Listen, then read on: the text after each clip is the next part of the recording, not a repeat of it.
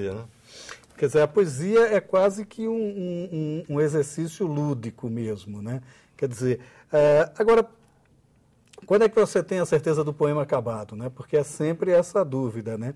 Quer dizer, eu percebi durante a leitura do seu livro essas vertentes de influências, uma coisa muito próxima do que se fez na década de 20 com o poema piada, né? Quer dizer, o humor mais cáustico, mais, né? mais desbragado mesmo, né? Quer dizer, como é que você vê assim, o poema está acabado, o poema tem essa forma, o poema precisa dessa forma? É uma decisão a ser tomada. Como é que é feito isso? Muito difícil e certamente acerta-se como erra-se, né? Eu já dei poemas como acabados e terminados e prontos, e lendo aquilo 2 meses depois, né? Falei, poxa, mas poderia ser um pouco melhor, poderia ser mais enxuto. Até eu te digo que se fizéssemos um levantamento estatístico, né, desse processo produtivo, eu seguramente, né, mais enxugo e corto do que acrescento, né, num trabalho, né? Normalmente, o meu processo mais comum é ter um texto um pouco mais longo que depois eu venho enxugando e buscando a essência e aquilo que não pode ser dispensado, né? De modo que esse processo é difícil, bastante produtor de insegurança, né, no autor, né, que a gente fica ali naquela dúvida muito grande, né? Será que esse trabalho está terminado ou não, né? É uma decisão difícil, mas que em algum momento tem que ser tomada, você tem razão, né? Agora, os poemas também são interessantes porque você, além do verso branco, né, eu não gosto muito da expressão, mas enfim, a expressão mais técnica, né?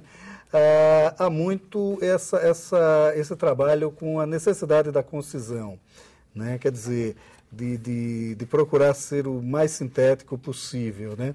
E você mesmo declara essa questão do constante corte, da busca permanente da precisão. E o trabalho com a linguagem, né? Quer dizer, porque eu percebo assim uma linguagem meio vinda de todos os meios, né? De todas as formas, de todas as leituras. Enfim, como é esse trabalho de linguagem mesmo, né? Essa busca da linguagem correta para determinado poema? Muito bem. Eu acho, fazendo um paralelo com a minha escolha profissional, quando eu fui fazer na escola o teste vocacional, né?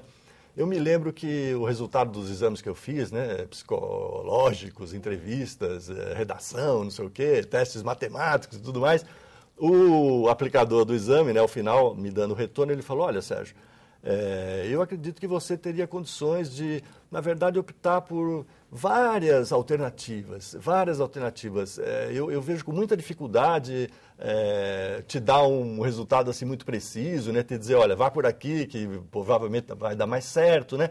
E não por acaso eu acabei caindo na administração. Por quê?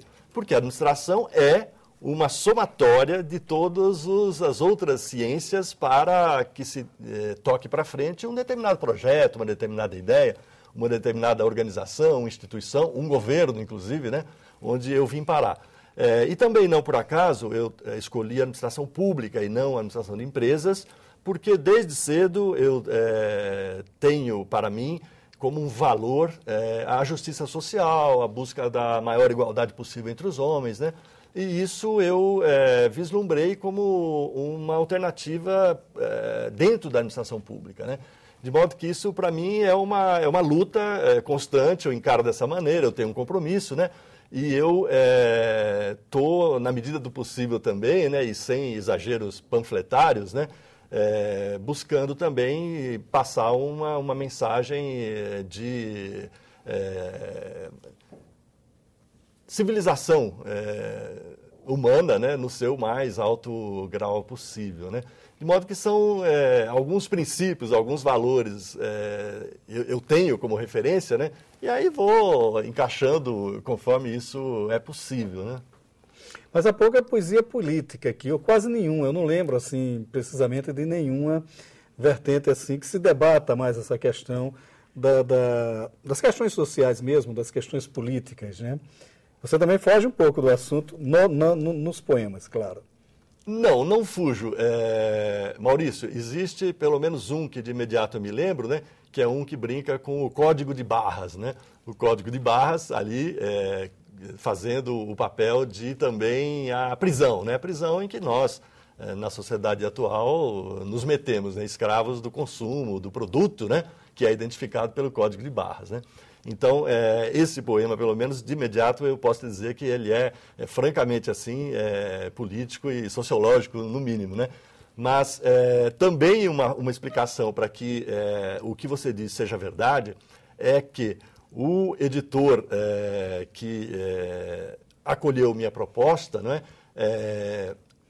fez-me ver que os meus trabalhos em que eu trato de lua, de sol, de céu, de nuvens, né, eles são mais, talvez, fortes, né? Não por acaso o livro se chama Lua e Meia, e com isso a gente optou por deixar um pouco de lado alguns poemas que seriam mais de crítica social e política, né? Até, aproveitando a tua pergunta, né, já que eu vim de São Paulo e agora estou estabelecido em Brasília claro que continuo escrevendo, já tenho várias coisas depois do livro mesmo terminado, né, eu talvez pudesse te antecipar que daqui a alguns anos eu talvez possa ter um conjunto que venha a se transformar num livro de poemas onde essa temática, né, de crítica social estivesse mais presente, né? Eles existem, sim. Também me lembro de um outro poema aqui do Lua e Meia, que é intitulado Cidadelas, que trabalha com a realidade da favela em guerra, né, de traficantes de drogas, né, enfim, uma realidade urbana, social, bastante presente ainda, infelizmente, no nosso país, né. De modo que tem alguma coisa assim, mas realmente não é a maioria, não é. Não é assim o que se destaca no livro, né, se destaca, mas essa questão mais próxima do lirismo, né, como, né. Mas tá bom, Sérgio. Muito obrigado por sua participação aqui no Leituras. Uma boa conversa. Eu que agradeço, Maurício.